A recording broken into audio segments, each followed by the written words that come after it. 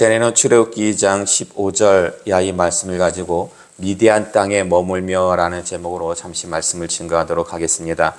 지난 시간에 우리는 모세가 바로의 눈을 피해 미디안으로 피신하는 것까지 살펴봤는데요. 지난 시간에 우리가 살펴봤던 지도예요.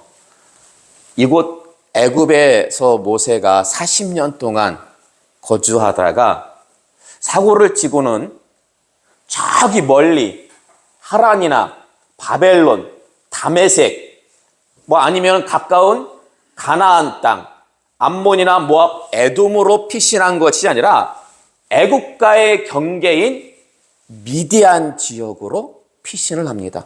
그러면 왜 모세는 바로가 자기를 뒤쫓고 있음에도 불구하고 저기 멀리 가서 피신한 것이 아니라 가까운 곳에 피신한 이유가 무엇이었습니까? 여러 가지 이유지만 가장 대표적인 것은 그렇죠. 다시 복권되었을 때 멀리 있으면 빨리 가지를 못하잖아요.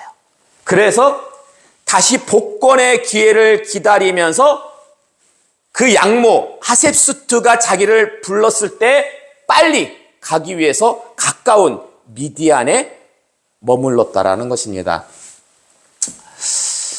그러나 하셉수트는 지난 시간에 말씀드렸듯이 이 모세가 피신한 이후 급격히 쇠락해서 죽고 맙니다.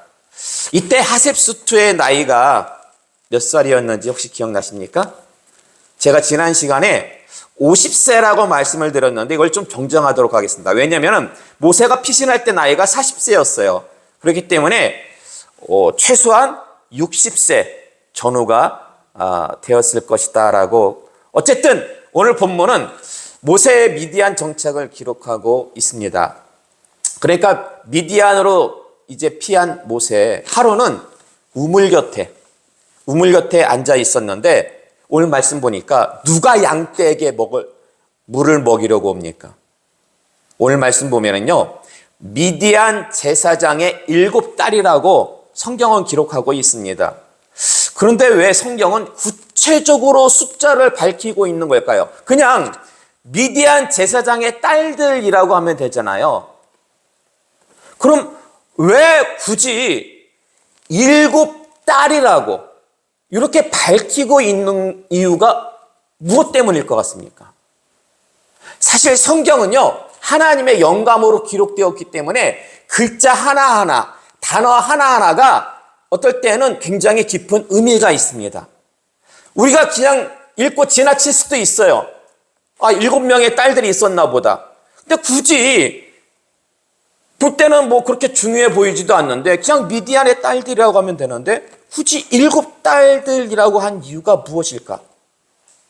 자, 창세기 29장 1절 이하의 말씀 볼까요? 창세기 29장 1절 이하의 말씀 함께 봉독하겠습니다. 시작. 야곱이 길을 떠나 동방 사람의 땅에 이르러 본즉 들에 우물이 있고 그 곁에 양 셋대가 누워 있으니 이는 목자들이 그 우물에서 양떼에게 물을 먹임이라. 큰 돌로 우물 아기를 덮었다가. 아멘. 자, 창세기에 보면은요, 야곱이 형 에서의 눈을 피해서 가나안 땅에 살다가 외삼촌이 있는 저기 하란 지역으로, 그쪽으로 피신을 합니다. 그러니까 야곱도 피신을 해요. 형의 눈을 피해가지고. 모세가 바로의 눈을 피해서 미디안으로 피신한 것처럼. 근데 가서 보니까 거기에도 무엇이 있었냐면은 우물이 있었습니다. 우물. 근데 우물 입구를 무엇으로 덮어놨습니까? 큰 돌로. 그러면 우물을 큰 돌로 덮은 이유는 무엇일까요? 아무나 사용하지 못하게 하려고. 그거보다는 첫 번째는 광야 지역이잖아요. 낮 기온이 굉장히 뜨거워요. 그렇기 때문에 막아놓지 않으면 물이, 그렇죠, 증발해요. 증발하는 것을 막고, 그리고 광야는 뭐가 막 사정없이 불어요? 바람, 모래먼지가 막 사정없이 불어가지고 그 안에 다 들어가면은 어떻게 됩니까? 막아버릴 수가 있잖아요. 그래서 그 물을 깨끗하게 보관하기 위해서. 또한 오늘날에는 뭐 이렇게 가로등이 밝히 켜져 있기 때문에 문제가 없지만은 옛날에는 뭐 그런 가로등이 있겠습니까? 뭐가 있겠습니까? 밤이 되면 깜깜해서 보이지가 않아요. 그러다 보면은 사람이 잘못해서 빠질 수 있고 짐승도 빠져서 만약에 시체라도 습다 보면은 물을 사용하지 못하잖아요. 빠지는 것을 막기 위해서. 그래서 큰 돌을 덮어놨다고 합니다. 자, 성경에서 그냥 미디안의 딸들이라고 하지 않고 미디안의 7딸이라고 구체적인 숫자를 밝힌 이유, 그 중에 한 가지 뭐겠습니까? 입구를 큰 돌로 막았잖아요. 한두 사람의 힘으로는 그걸 옮길 수가 없어요. 글쎄요, 제가 볼 때는 남자 장정 한 서너 명, 남자 장정 한 서너 명이 필요하면은 여자로 따질 때는 한 7명 정도가 달라붙어야 되는 거야. 그 정도로 큰 돌을 막고 있었다라는 거죠. 자, 어쨌든 미디안 제사장의 7딸이 그 큰 돌을 치웠어요. 딱 치우고 나니까 누가 등장을 합니까? 모세가 등장한 게 아니고 모세는 원래부터 거기 있었고 다른 목자들. 그러니까 전후 사정으로 볼 때 남자 목자, 여자 목자? 남자 목자들. 그 목자들이 딱 와가지고 이 미디안 제사장의 딸들을 어찌합니까? 쫓아내요. 성경 말씀 보니까 쫓아내. 근데 원어적으로 보면은요, 그 딸들만 쫓아낸 것이 아니라 그 딸들이 키우는 그 양떼까지 다 쫓아내. 그럼 왜 늦게 온 목자들은 자기들의 순서를 기다려야 되잖아요. 그 순서를 기다리지 않고 먼저 온 그 양떼를 다 내쫓은 이유는 뭘까요? 지들이 먼저 뭐. 그렇죠. 지금으로부터 3,500년 전이에요. 조선시대만 해도 법보다 무엇이 더 가까워요? 주머니. 그렇죠. 이거는 어디나 다 똑같이 통하는 것 같아. 거긴 딸들밖에 없잖아. 여기는 남자들이잖아요. 그러니까 이거는 힘이 센 목자들의 횡포였다라는 거예요. 근데 18절 오늘 본문 하반절의 말씀 보면은요, 그 아버지 미디안 제사장 느웰이 딸들에게 질문하기를, 야, 너희가 오늘은 어찌하여 이같이 속히 오느냐라고 질문합니다. 이 질문을 놓고 볼 때에 그 남자 목자들의 횡포가 한두 번이 아니었다. 일상적으로 아주 나쁜, 아주 약은 남자들이에요. 자기들은 그 양떼에게 배불리 늦게까지 풀을 먹여요. 그리고 요때쯤 되면은 그 미디안 제사장의 딸들이 입구를, 큰 돌을 치웠을 것이다. 그래가지고 딱 그때 맞춰가지고 와가지고 쫓아내고 자기들의 양떼를 먼저 먹였다라는 거예요. 그게 일상이다 보니까 그녀들은 일찍 와도 자기들의 양떼를 물을 먹일 수가 없었고 다 먹이고 난 다음에 늦게 집에 갔던 거예요. 근데 이날은 일찍 오니까 아버지가 그런 거예요. 웬일이냐? 왜 이렇게 일찍 왔냐? 거기 누가 있었어요? 모세가 있었죠. 사실 모세는 애굽의 왕자일 뿐만 아니라 당시 전장을 누비는 장군이었습니다. 따라서 그 시골 목자들을 상대하는 것은 일도 아니었죠. 그래서 모세의 도움으로 미디안 제사장의 딸들은 먼저 양떼에게 물을 먹일 수가 있었는데 문제는요, 그녀들이 은혜를 갚습니까? 안 갚습니까? 안 갚아요. 안 갚아가지고 누구한테 혼나요? 아버지한테. 이게 그냥 우리 성경 보면은 그냥 단순한 책망으로 보이는데 원어적으로 보면요, 엄청나게 크게 꾸짖어요, 아버지가 그 딸들을. 그럼 왜 딸들은 은혜를 안 갚은 걸까요? 한두 명도 아니고 7명이나 있었잖아요. 제가 볼 때 이 미디안 제사장의 딸들은요, 그 다른 목자들보다 먼저 와가지고 우물 입구에 돌을 치울 정도로 일단 성격은 부지런해. 그리고 같이 돌을 치울 정도로 힘도 있어. 여자치고는. 근데 무엇이 부족하다? 약간 그렇죠. 좀 상대방을 배려하는 그 섬세함. 그 요즘 젊은 사람들이 쓰는 말이 있어요. 뭐가 있냐면은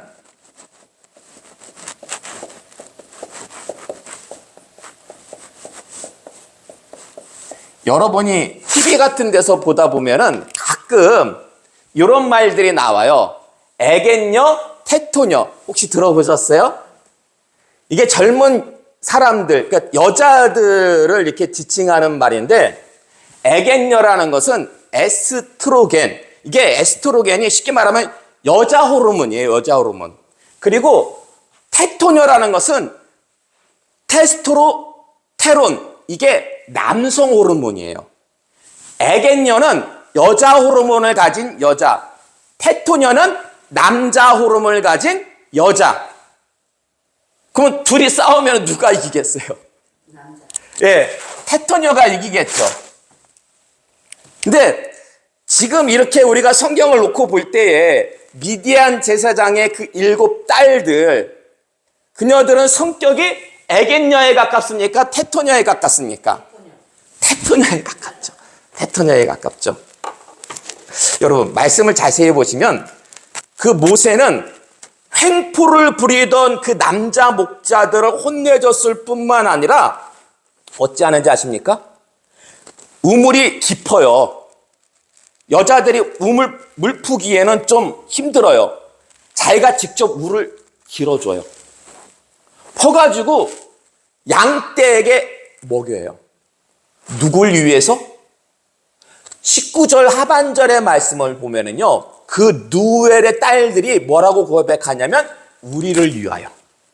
알아요. 그러니까 그 딸들이 모세가 얼마나 자기들을 위해 가지고 정성을 쏟았는지 그걸 알아요. 그 정도로 고마움을 느꼈다면 어떻게 해야 됩니까? 은혜 갚아야죠. 집으로 초대해가지고 밥 한 끼라도 먹여야죠.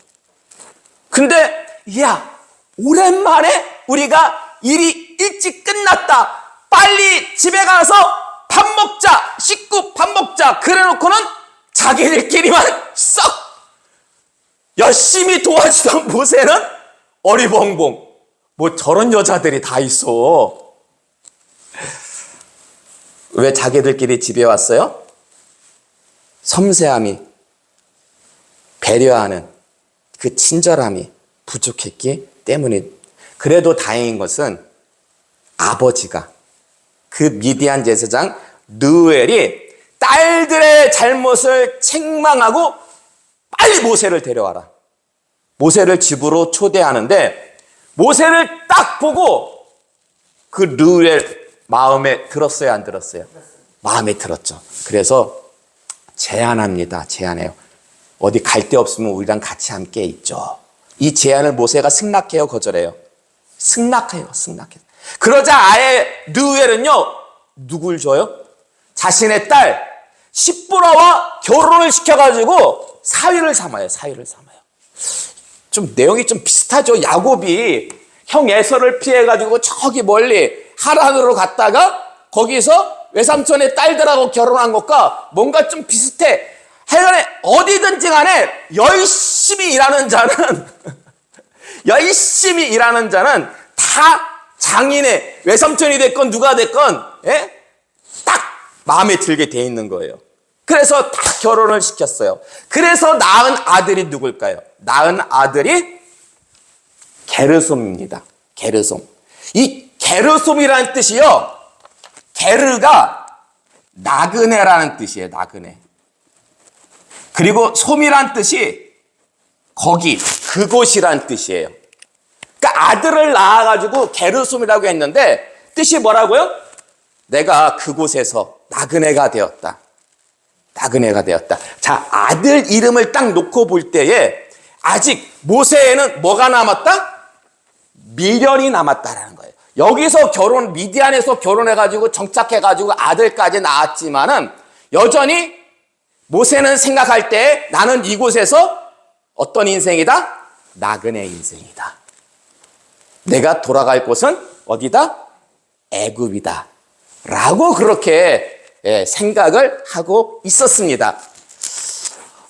그리고 이름이 나온 김에 좀 더 한 가지 살펴볼 이름이 있는데요. 출애굽기 3장 1절의 말씀 볼까요? 출애굽기 3장 1절의 말씀 함께 봉독하겠습니다. 시작. 모세가 그의 장인 미디안 제사장 이드로의 양떼를 치더니 그떼를 광야 서쪽으로 인도하여 하나님의 산 호렙의 이름에, 이제 우리가 다음 시간에 살펴볼 본문의 말씀인데요. 여기 보니까 모세의 장인 이름이 누구로 나옵니까? 누구로 나와요? 이드로. 오늘 본문에는 르우엘. 오늘 본문에는 르우엘. 근데 출애굽기 3장을 가니까 모세 장인 이름이 이드로. 또한 사사기 4장 11절의 말씀 볼까요? 함께 봉독하겠습니다. 시작. 모세의 장인 호밥의 자손 중, 네, 거기 보니까 모세의 장인이 누구라고 나옵니까? 네, 호박이 아니에요. 호밥이에요. 호밥. 성경을 보니까 지금 모세의 장인을 출애굽기 2장에서는 르웰로 하고 출애굽기 3장에서는 이드로, 사사기 4장에서는 호밥이라고 합니다. 어떤 게 진짜 이름일까요? 어떤 게 진짜 이름일까요? 일단 이 호밥은요, 모세의 장인이 아닙니다. 아니, 성경에 목사님 모세의 장인이라고 나와 있는데 왜 모세의 장인이 아닙니까? 히브리어는요, 히브리어는 장인과 처남을 같은 단어로 사용해요. 같은 단어로 사용해요. 그렇기 때문에 호밥은 모세의 장이 아니라 누구다? 모세의 처남입니다. 모세의 처남. 네, 모세의 처남. 그리고 르웰과 이드로는요, 둘 다 한 사람을 가리키는 말입니다. 같은 사람이에요. 그럼 왜 헷갈리게 그냥 르웰로 하든지 이드로로 하든지 그냥 하나의 이름을 사용하지 왜 두 개의 이름을 섞어서 사용하는 이유는 무엇일까? 원래 이름은 르웰이 맞습니다. 근데 이 르웰이 미디안의 뭐라고요? 미디안의 제사장이잖아요. 제사장이 된 이후에 얻게 된 존호. 높여서 부르는 이름. 저분은 이제 우리 미디안의 제사장이 됐으니까 옛날 이름 르웰로 부르지 말고 이드로라고 이름을 높여가지고 부르자. 그래서 학자들이, 이거는 제가 설명하는 게 아니고 학자들이 정리한 거예요. 이렇게. 예. 그러니까 여러분 성경을 보다가 헷갈려 하지 마시고요. 자, 한편 모세에게는 게르솜뿐만 아니라 또 한 명의 아들이 있었습니다. 아들이 한 명 더 있었어요. 혹시 또 한 명의 아들이 누군지 아십니까, 여러분? 모세에게는 두 명의 아들이 있었거든요. 게르솜과 엘리에셀. 여러분, 엘리에셀 하면은 누가 생각납니까? 이거 창세기에도 엘리에셀이라는 동명이인의 한 사람이 거기도 등장하는데, 아브라함이 이삭을 장가들이라고 자기 종을 저기 멀리 하란에 보내잖아요. 그 종 이름이 바로 엘리에셀이었어요. 엘리에셀. 자, 어쨌든 출애굽기 18장 2절 이하의 말씀을 좀 보도록 하겠습니다. 출애굽기 18장 2절 이하의 말씀 함께 봉독하겠습니다. 시작. 모세의 장인 이드로가 모세가 돌려보냈던 그의 아내 십보라와 그의 두 아들을 데리고 왔으니 그 하나의 이름은 게르솜이라. 이는 모세가 이르기를 내가 이방에서 나그네가 되었다 하며, 하나의 이름은 엘리에셀이라. 이는 내 아버지 하나님이 나를 도우사 바로의 칼에서 구원하셨다 함이더라. 아멘. 자, 두 명의 이름이 나오죠? 게르솜과 엘리에셀. 근데 여러분 말씀을 자세히 보시면요, 요 때가 언제냐면은 출애굽한 직후예요. 모세가 애굽에 들어가서 이스라엘 백성들을 출애굽한 직후에 그 장인 이드로가 그 모세의 가족을 데리고 옵니다. 근데 성경 말씀을 보면은 모세가 돌려보냈던 그 가족을 다시 데리고 왔다라고 성경은 기록하고 있습니다. 그럼 모세는 언제, 어디서, 왜 가족을 돌려보냈던 걸까? 출애굽기 4장 24절 이하의 말씀 보겠습니다. 출애굽기 4장 24절의 말씀 함께 봉독하겠습니다. 모세가 길을 가다가 숙소에 있을 때에 여호와께서 그를 만나사 그를 죽이려 하신지라. 십보라가 돌칼을 가져다가 그의 아들의 포피를 베어 그의 발에 갓대대며 이르되 당신은 참으로 내게 피남편이로다 하니 여호와께서 그를 놓아주시니라. 그때 십보라가 피남편이라 함은 할례 때문이었더라. 아멘. 자, 모세가요 미디안에서 살다가 하나님부터 소명을 받아요. 언제 소명 받아요? 언제?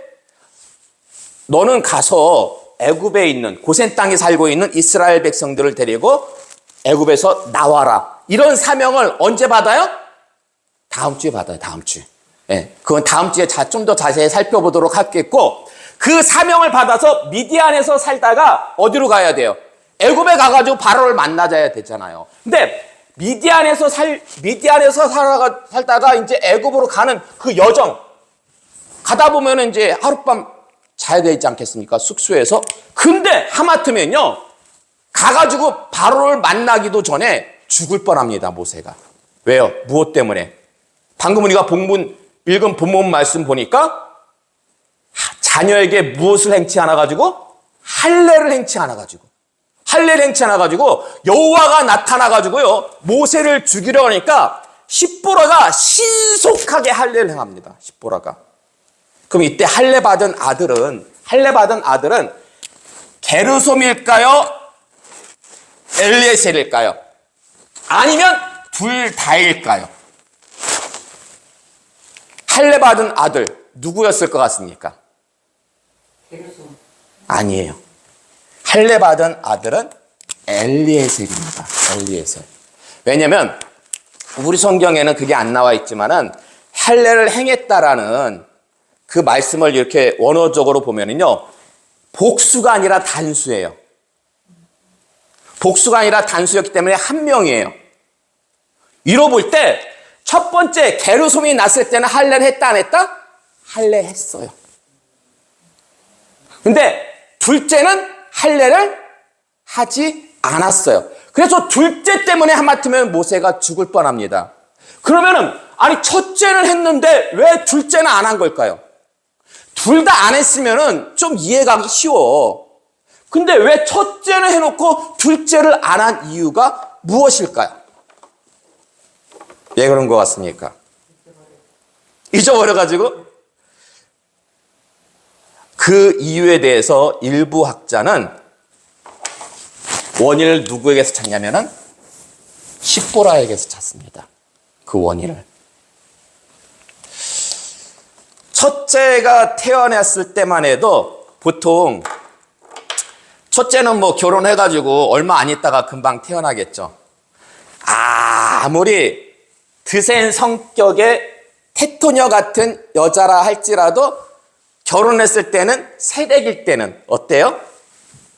애견녀가 되죠. 예. 근데 시간이 점점 지나면은 어떻게 돼요?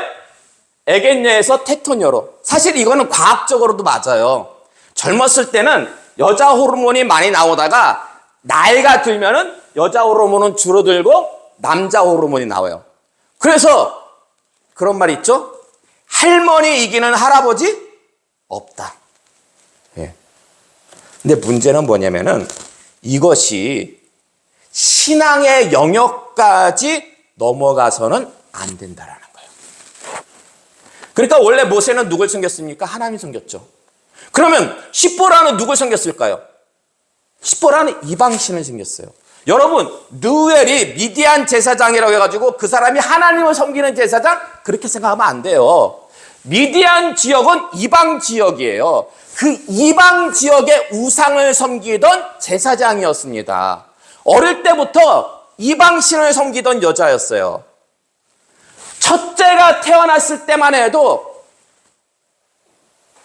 십보라는 남편 뜻에 순종했어요. 근데 시간이 흐른 후에 둘째가 태어났을 때에는 여기서 이쪽으로 좀 바뀐 것 같아. 에겐녀에서 테토녀로. 아니면 옛날 그 본성이 부지런은 하고 힘은 있는데 섬세함이 부족하잖아요. 그 본성이 회복되었는지 십보라의 고집 때문에 엘리에셀이 할례를 받지 않았다고 학자들은 그렇게 봅니다. 그러자 하나님은요, 누구의 손으로 할례를 거행케 하십니까? 모세가 아니라 십보라의 손. 왜냐하면 모세는 지금 여호와께 붙잡혀가지고 죽기 일보 직전이거든요. 할례를 행할 사람은 십보라밖에 없는 거예요. 결국 자기가 못하게 막았다가 자기 손으로 자업자득의 길을 걷게 되었는데요. 그리고 나서 십보라가 모세에게 한 고백이 있습니다. 당신은 참으로 내게 어떤 남편이다? 피남편이다. 피남편. 여러분, 이게 무슨 뜻인 것 같습니까? 사실 이게요, 굉장히 강렬하죠? 십보라가 모세에게 당신은 참으로 내게 피남편입니다. 성경 읽다가 이 단어가 확 들어와요. 근데 이게 무슨 뜻인지는 잘 몰라. 이건 오후 시간에 말씀드리겠습니다. 결론에 말씀드리도록 하겠습니다. 모세는요, 성격이 우리가 이렇게 말씀을 쭉 보니까 정의로워요. 여기서 피신한 이유도 자기 동포가 괴롭힘 당하는 것을 참지 못하고, 불의를 참지 못하고 살인을 저질러가지고 피신해 왔잖아요. 굉장히 불의를 보고 참지 못하는 정의로운 성격이고, 또 그리고 친절하잖아요. 그 여자들, 미디안 제사장에게 딸들을 도와가지고 직접 물 길어가지고 양떼를 먹일 정도로 배려심이 깊은. 반면에 십보라는 어떻습니까? 십보라 부지런은 해. 부지런은 한데 좀 부족한 게 있죠. 뭐예요? 상대방을 배려하는 그 섬세함이 좀 부족해요. 특히 신앙적인 면에 있어서 오늘 우리가 말씀을 봤을 때 신앙적인 면에 있어가지고 자기 고집대로, 첫째만 할래 했으면 됐지 왜 둘째까지도 피 흘리려고 합니까? 막았잖아요. 자기 고집대로 하려는 경향이 있었습니다. 여러분, 모세와 십보라가 누구를 예표할까요? 모세와 십보라가 누굴 예표할까요? 자, 모세는 남자예요. 십보라는 여자예요. 창세기의 말씀, 그것이 저쪽 이제 그 에베소서의 말씀을 보면은요, 남자 아담은 예수 그리스도를 예표합니다. 여자 돕는 배필 하와는 누구를 예표해요? 교회를 예표합니다. 궁극적으로 예수 그리스도와 교회를 예표하는 거예요. 자, 그렇다면은 오늘날의 교회들 가운데 십보라의 모습이 있습니까? 없습니까? 오늘날 교회 가운데 있어요. 어떤 면에서 있습니까? 신앙적인 면에서요. 참 우리 100년 전만 해도 교회가 이 땅에 참 발붙이기 힘들었어요. 신앙생활하기 어려웠어요. 유교적인 어떤 그런 모습 가운데에서 신앙생활 한다면 당장 제사를 안 지내야 되잖아요. 종갓집 며느리가 교회를 다닌다? 이거는요, 엄청난 일이었습니다. 제가 아는 목사님, 그 할머니가 종갓집 며느리였는데 교회 다닌다고 종놈을 시켜가지고 머리끄댕이를 잡아가지고 동구밭까지 끌고 가가지고 그럴 정도로 모진 수모를 당했다고 그래요. 여러분도 알다시피 한국 교회, 그 초대교회, 그분들은요, 신학적인, 성경적인 깊이는 많이 없었어요. 그러나 그 신앙은 누구보다도 뜨거웠습니다. 목숨 걸고 하나님을 사랑했어요. 6.25 때도 얼마나, 일제 때도 정말 자기 목숨 걸고 감옥에 들어가고 죽기까지 하나님을 사랑했고 사랑의 원자탄 손양원 목사님 같은 분, 그러니까 주기철 목사님 같은 분은 목숨 걸고 하나님을 사랑했고 손양원 목사님 같은 분은 이웃을 정말 원수까지, 아들 죽인 원수까지도 내 아들로, 양자로, 내 몸같이 사랑했습니다. 마치 십보라가 누구를 낳을 때처럼 십보라가 게르솜을 낳을 때, 게르솜을 낳을 때는 전적으로 순종했어요, 모세의 뜻에. 그러나 시간이 지나자 하나님의 축복으로 그런 분들이 있었기 때문에 한국교회가 복을 많이 받았잖아요. 배부르고 등 따시니까 이제는 누구를 더 사랑해요? 이제는 하나님보다 누굴 더 사랑해요? 자기를 더 사랑해요. 이웃보다 누굴 더 사랑해요? 돈을 더 사랑해요. 하나님보다 자기를 더 사랑하고 이웃보다 돈을 더 사랑하는 세대가 되었다라는 것입니다. 따라서 이제 한국 교회는 엘리에셀과 같은, 엘리에셀을 낳았을 때와 같은 그런 때가 되었는데, 절대적으로 무엇이 부족하다? 절대적으로 사랑이 부족합니다. 하나님에 대한 사랑과 이웃에 대한 사랑이 부족한 시대가 되었어요. 자, 여기가 중요해요. 그럼 하나님이 어찌하시겠습니까? 처음에는 한국교회가 게르솜과 같은 모습을 가졌어요. 근데 지금은 엘리에셀과 같이 등 따시고 배부르니까 말씀에 순종하지 않고 내 고집대로 해. 하나님보다 자기를 더 사랑하고 이웃보다 돈을 더 사랑하니까 하나님께서 어찌하실까요? 엘리에셀에게 할례를 행하니까 하나님 어찌하셨어요?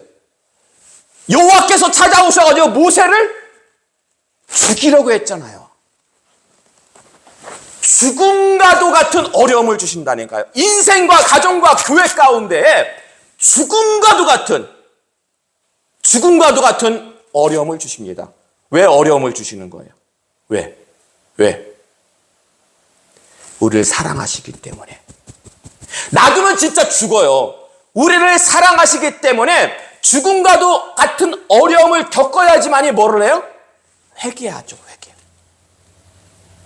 회개해야지만이 사랑이 회복되니까. 제가 볼 때 이 죽음과도 같은 어려움, 모세가 겪은 죽음과도 같은 이 어려움은요, 누구나 다 한 번씩 겪어요. 누구나 한 번씩. 왜냐하면 우리는 사람이니까 실수합니다. 사람이니까 실수해요. 누구나 한 번씩은 다 겪어요. 근데 정말 중요한 게 뭔지 아십니까? 신앙생활을 하면서 이 죽음과도 같은 괴로움, 모세도 겪은 이 죽음과도 같은 괴로움 한 번이면 족합니다. 한 번이면 족해요. 그래서요, 모세에게는요, 이 이후로 그런 일이 다시는 발생하지 않습니다. 현명한 성도는요, 한 번의 실수를 교훈 삼아가지고 다시는 그런 어리석음의 길로 걷지 않는데요. 이 시간 나오신 여러분도요, 다시는 어리석음의 길을 걷지 마시기 바랍니다. 단순히 이게 모세에 관한 말씀이 이야기가 아니라 우리에게 주는 교훈, 여러분에게 주는 교훈으로 받아들이셔야 된다는 것입니다. 한 번 겪었으면, 죽음과도 같은 어려움을 한 번 겪었으면 이제는 어찌해야 됩니까? 이제는 나를 사랑하기보다 하나님을 더 사랑하고 돈을 사랑하기보다 이웃을 더 사랑해야 된다는 것입니다. 그런 모습이 누구의 삶이었어요? 모세의 삶이었어요. 앞으로 우리가 출애굽기를 이렇게 쭉 살펴볼 거예요. 출애굽기를 쭉 살펴볼 때 모세는 이 지도자의 위치에 있으면서, 여러분, 출애굽의 지도자의 위치라는 건 엄청나요. 정말 부를 챙길 수가 있고요, 권력을 챙길 수가 있는 그런 자리입니다. 그러나 모세는 절대로 그런 것들을 당하지 않았어요. 오히려 완악한 이스라엘 백성들을 위해서 자기 목숨을 내놓고 하나님께 기도했습니다. 왜요? 그들을 사랑했기 때문에. 근데 그 사랑이 어디서 나왔을까요? 죽음과도 같은 어려움을 겪었을 때에 그의 신앙이 한층 더 성숙하고 성장했다라는 것입니다. 부디 이 시간 나오신 여러분은요, 이제 여러분도 다 겪었어요. 죽음과도 같은 어려움. 다시는 그 어리석음의 길로 가지 마시고 이제는 주님 앞에 서는 그날까지 마음과 목숨과 뜻을 다해서 하나님을 사랑하시기 바랍니다. 이웃을 원수까지도 내 몸과 같이 사랑하시기 바랍니다. 그것 때문에 하나님께서 우리 교회에 이런 어려움을 주신 거예요. 그만큼 우리를 사랑하시기 때문에. 이런 하나님의 사랑과 그 뜻을 깨달으시고 정말 하나님을 사랑하고 이웃을 사랑하심으로 다시는 어리석음 가운데 걷는 것이 아니라 오직 하나님의 영광과 기쁨 가운데 거하는 귀하고 복된 여러분 다 되시기를 주님의 이름으로 축원합니다.